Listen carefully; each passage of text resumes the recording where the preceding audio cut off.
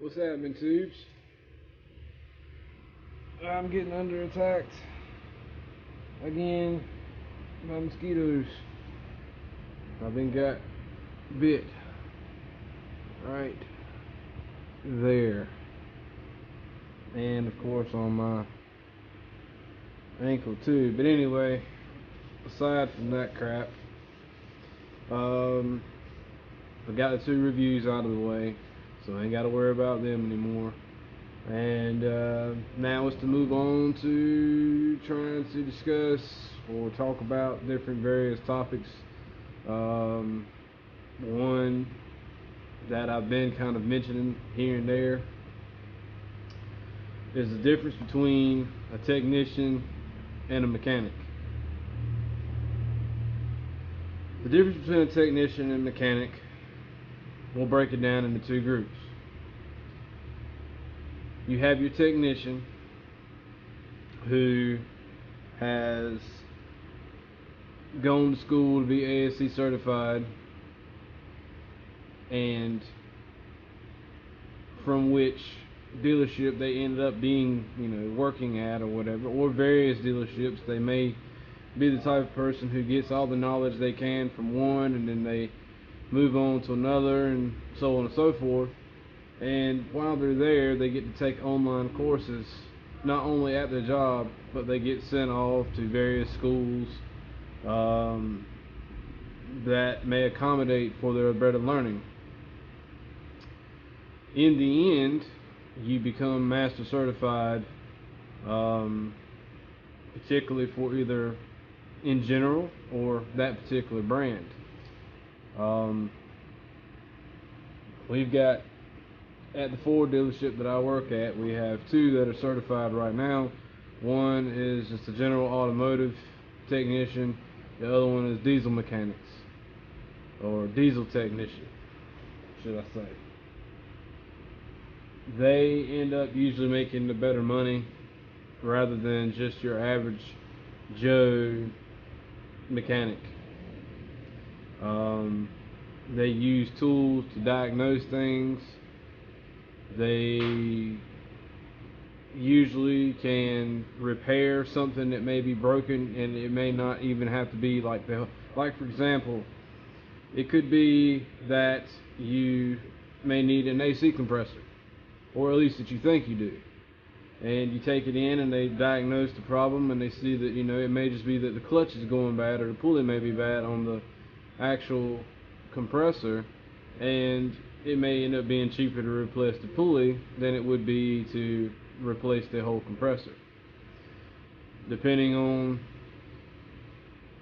who the technician may be, the dealership you may take your car to, and depending on how much each other would cost or go against one another. That is pretty much the basics of a technician.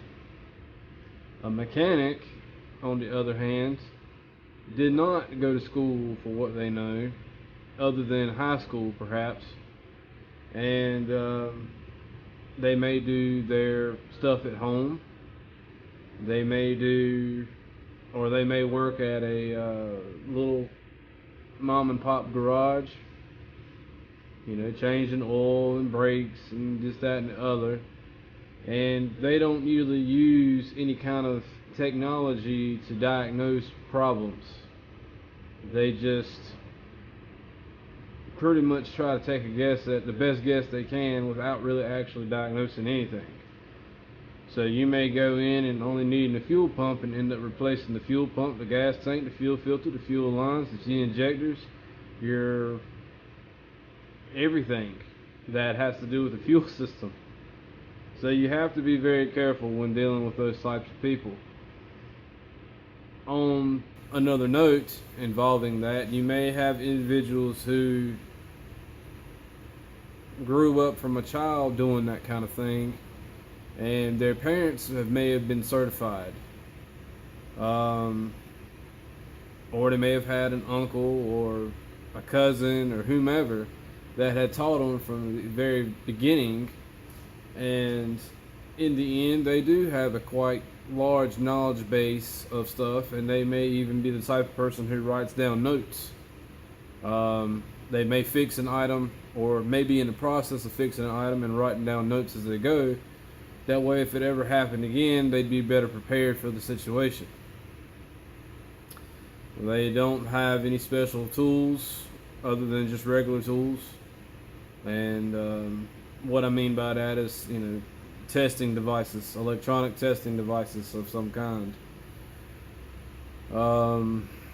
That's pretty much the basics of a mechanic. Oh, and one other thing to throw in there before I end that part is that if, let's just say, for example, if you were to put the compressor deal with them, you probably would end up having to replace the compressor versus what a technician would do, going to replace just the pulley or the clutch itself.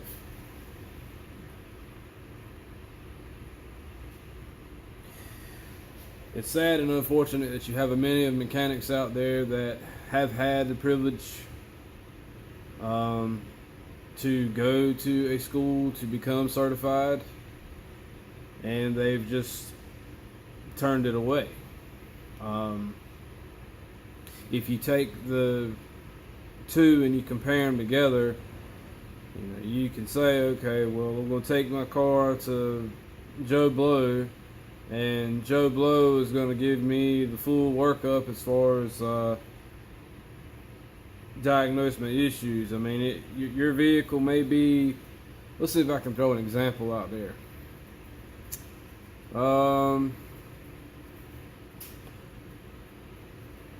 Let's just say that you get a check engine light, and the check engine light,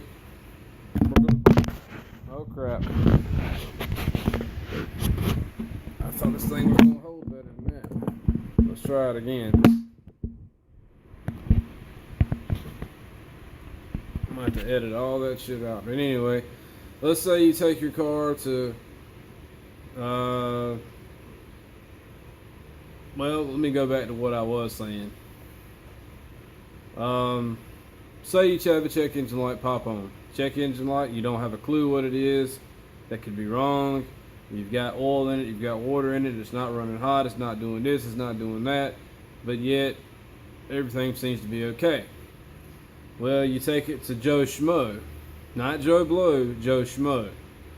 Joe Schmo charges you $45 to look at it.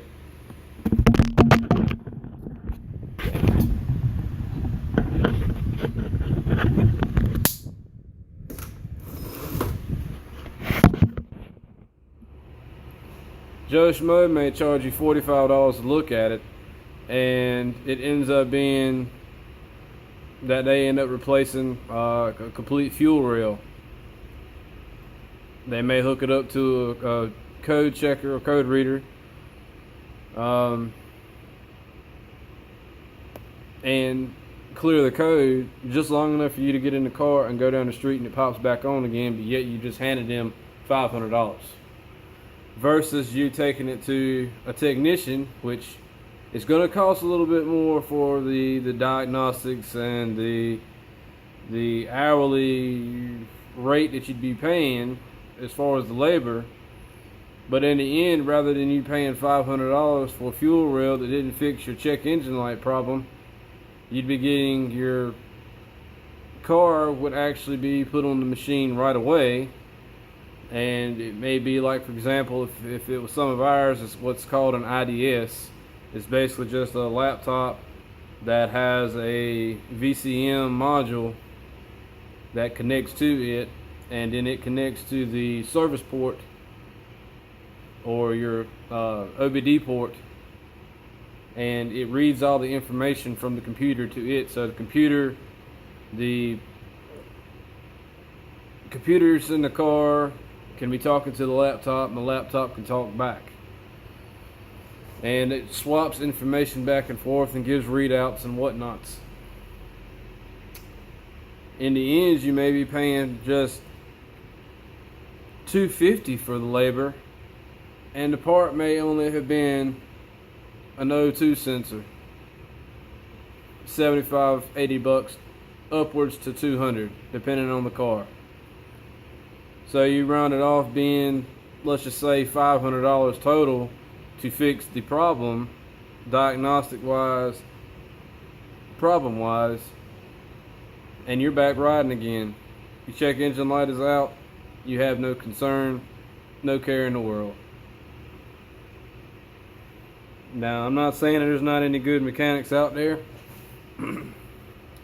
I've known a few that did not have any schooling of any kind, and they determined stuff the old-fashioned way by taking what looks to be like a pair of stethoscopes.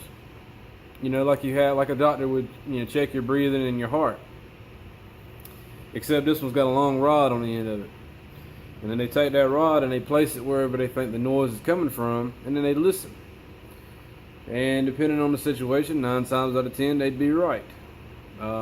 They may be an old school mechanic that may rebuild transmissions. It may be an old school one that rebuilds engines. It may be this, it may be that. You don't know. The only way that you really can tell who'd be a good mechanic and who wouldn't be is that I'm going to throw some pictures in here while I'm talking about all this. Some have already passed and some will come. You don't want to go looking and talking to a guy who looks like this. That's not the type of person you want to trust. You'd rather go to someone who's courteous and who actually has a business set up for themselves, established, who may have been around for a while.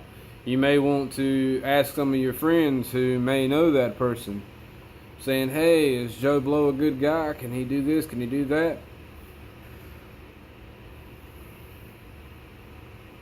That's what I would do.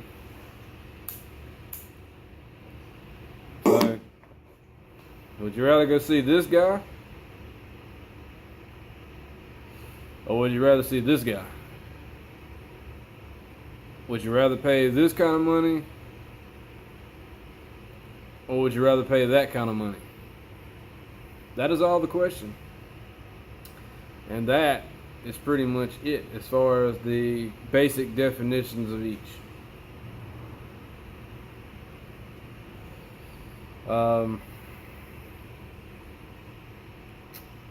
I'm not sure what we're going to be getting into tomorrow. I don't have any idea.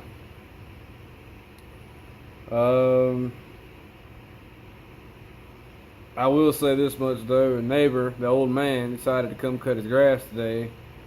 He ended up moving that pole, but he didn't cut the grass where the pole laid. He just moved the pole. Now, did I go out there and move the pole back in the same spot? Yes, I did. And the only reason why I knew the grass hadn't been cut where he moved the pole at is because where the pole laid, the grass is growing up around it. So, yeah. I don't understand why he can't just pull in straight, cut what he's got to cut, and then back straight up and turn right. They don't have to pull in and then try to do a U-turn right there in that spot, because then not only does he leave from his property line, he comes on ours, cuts part of my grass. Now, if he wants to come cut my grass, fine. He can come cut it. He's got to cut it all, though. He can't just cut a circle. You know what I mean? But anyways, that's enough of that horse shit. Like I said, I'm not sure what we're getting into tomorrow. I don't have anything else to do a review on right now. There will be stuff coming. It just takes time and or money to buy certain items that are coming. Matter of fact, I'll say this right now. So, I go and, oh, excuse me. I go and I get a can of stop leak for my truck for the air conditioning. 12-ounce can. Well, I hear this bug up here buzzing around this light. Anyway, it was a 12-ounce can. Pretty much your average Pepsi can, Mountain Dew can, Coke can, whatever. It's a little aluminum 12-ounce can. Well, you take that can and you add it to another can, or add another can along with that, and the first can had the sealant in it, so the second can was another 12 ounces. Just plain refrigerant. It's 24 ounces. However, you didn't get the full 24 ounces. So we'll say you get 22 ounces out of the whole deal. 2 ounces shy. Run the air conditioner. It ran okay. It didn't run as good as it has been, but it ran okay.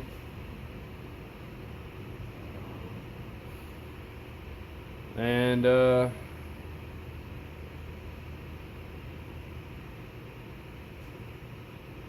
it leaked most of it out already again. So, with that being said, I consulted with my technician, and he told me that he felt in the best interest, because I gathered his advice, was for me to get, go ahead and just save the money up and get a new compressor, and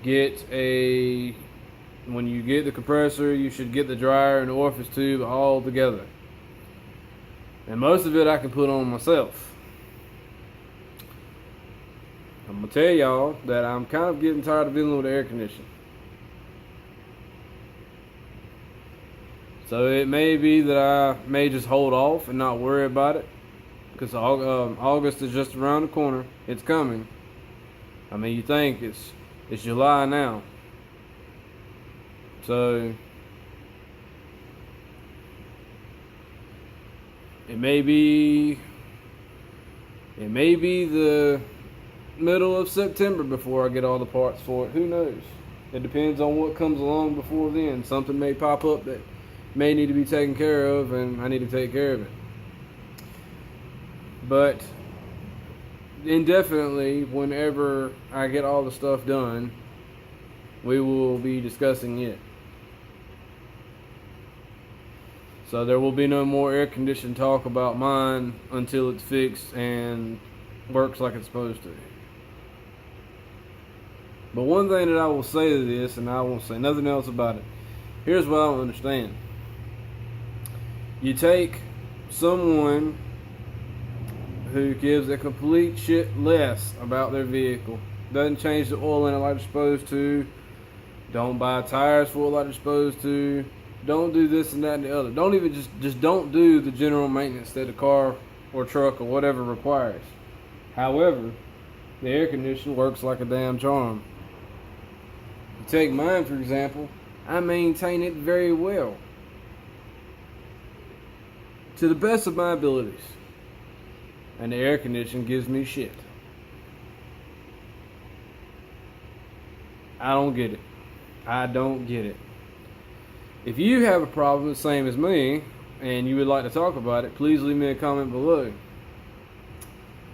That's all I've got to say about the situation. I hope you guys have a great day. I'll talk to you later.